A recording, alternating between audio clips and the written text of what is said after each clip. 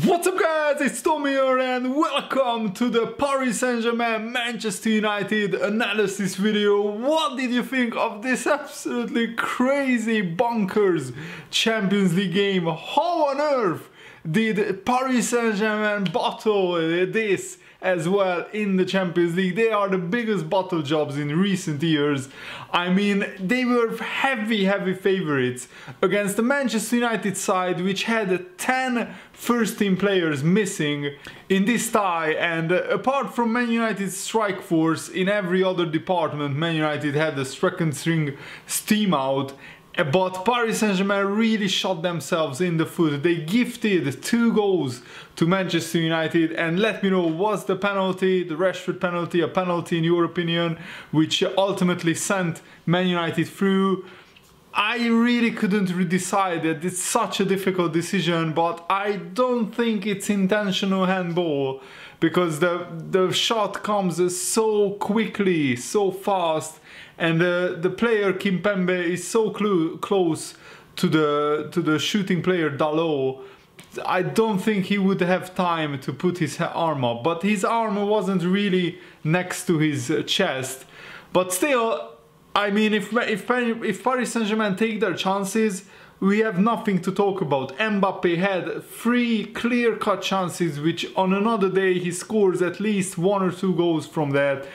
And honestly, Paris Saint-Germain will be kicking themselves, because Manchester United had 3 shots in the first half, and besides the penalty, the Rashford penalty, they had no shot in the whole of the second half. Paris Saint-Germain had like 70% possession in the first half and the second half, and they really should have taken the game more to Man United, and they really should have done more with their chances, especially Mbappe. But Draxler, Di Maria, they were all very wasteful. So the game started in a crazy fashion. Bernat gifts an absolutely ludicrous back pass to Lukaku, who rounds the goalkeeper and scores. And Mbappe had a very similar chance in the second half when he was running through De Gea. And was Mbappe wearing ice skates today? Because he was sliding all over the pitch, and absolutely crazy. I've never seen Mbappe play so badly, so wasteful in front of goal. And that shows that even the best players in the world have off days. I think Mbappe really had an off day, and that's very lucky for Manchester United. It's also very lucky for Man United that most of the Paris Saint-Germain team, I felt that they are playing at like 80% or 90%. They didn't really take this Manchester United team very seriously. I think many people wrote Manchester United off. But under Ole Gunnar Solskjaer, you cannot do that, because Ole Gunnar Solskjaer is doing an incredible job, and I will be shocked if the Man United board doesn't give him a long contract, because nobody gave them a chance against Paris Saint-Germain. Especially after losing 2-0 at home. I think Man United are the first team in Champions League history to qualify after losing the home leg 2-0. Correct me if I'm wrong on that statistic, but it's absolutely crazy to think that Man United had 10 players out. They didn't have an attacker on the bench, like a senior attacker. They had a bunch of 17, 18, 19 years old Euros, and they had Marcus Rojo, a centre back. But otherwise, you know, it was just kids. And Man United, huge credit goes to them. But also, this wouldn't be possible if Paris Saint-Germain didn't keep making mistakes. Is Buffon past it? That's the big question on everyone's mind, because the second Man United goal, Buffon spills a pretty straightforward shot to Lukaku, who just has to score into an empty net. So that's why I said Paris Saint-Germain gifted Man United 2 goals on a plate, and that's why I'm saying Man United don't really deserve this qualification. But in football, it's not about who deserves to go through, it's about who can score the most goals, who can get through everything and qualify in the end. And many people are saying that the penalty was very harsh.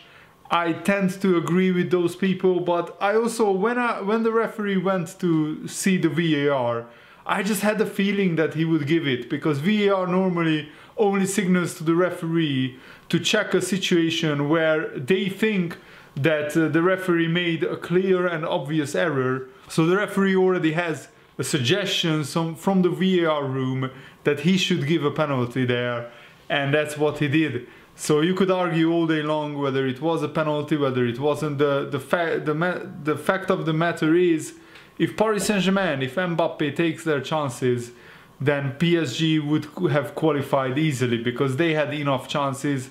The Paris Saint-Germain goal after like 11 minutes was very good. Mbappe slides it across and Bernat scores into an empty net at the back post. But after that, Paris Saint-Germain had the majority of the possession. They had like 7 or 8 shots in the first half. They had like 6 or 7 shots in the second half, and they just failed to score. And it's really remarkable that now all the underdogs so far went through in the Champions League. At the time of recording this video, the Roma-Porto game is still in extra time. I'm hearing that Porto got a penalty, which was awarded by VAR. I haven't seen that situation. I will check the highlights later.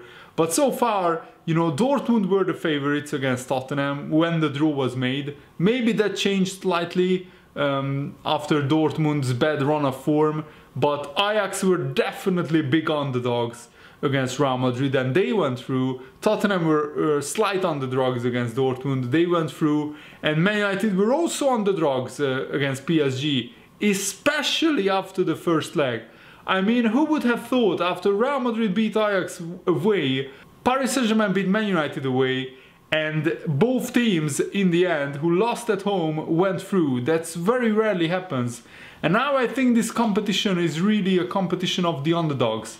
Let's see, will Lyon be able to do the unthinkable and knock Barcelona out? That would be as big a shock as Ajax knocking Man United out. Sorry, Ajax knocking Real Madrid out.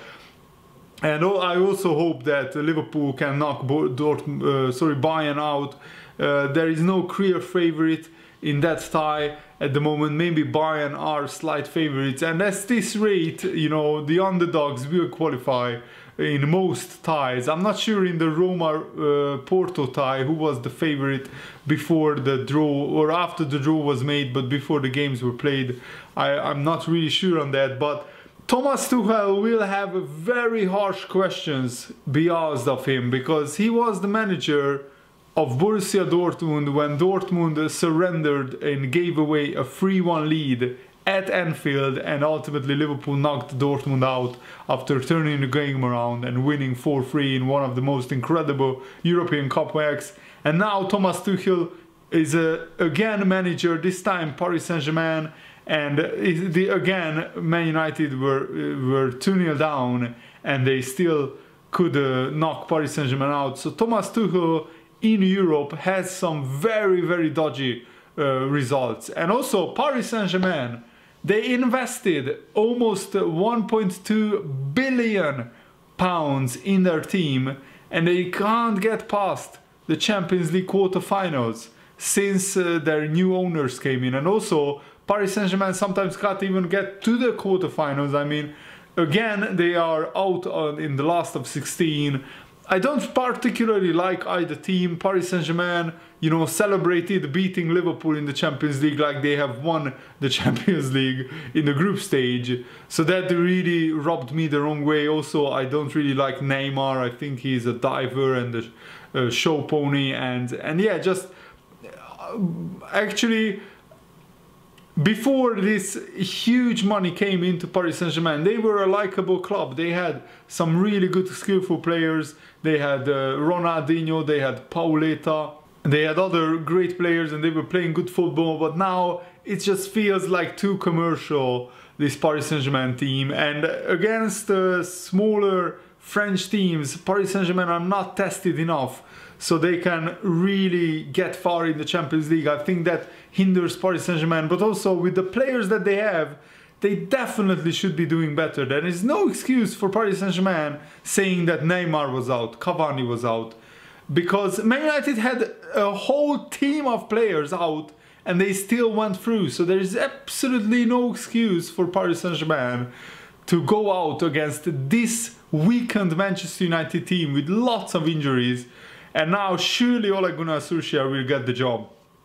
Absolutely incredible stuff. This Champions League just keeps throwing surprises and incredible nights into our lap, and I'm loving it. I'm not saying I'm loving Man United going through against Paris Saint-Germain, but I love the drama, I love the upsets, I love everything about the Champions League. It's really a special competition, and we have to wait a whole week, 6 days for the next Champions League ties to come along, but this was a really special night. Congratulations to Manchester United. I really hope that my beloved Liverpool can do the same against Bayern Munich and upset the odds slightly, because at home Bayern has to be favourites against Liverpool, so I'm really looking forward to that game as well next week. Let me know, what did you think of the game? What did you think of these huge upsets in the Champions League? And I hope you enjoyed this. Thanks for watching. See you later, guys.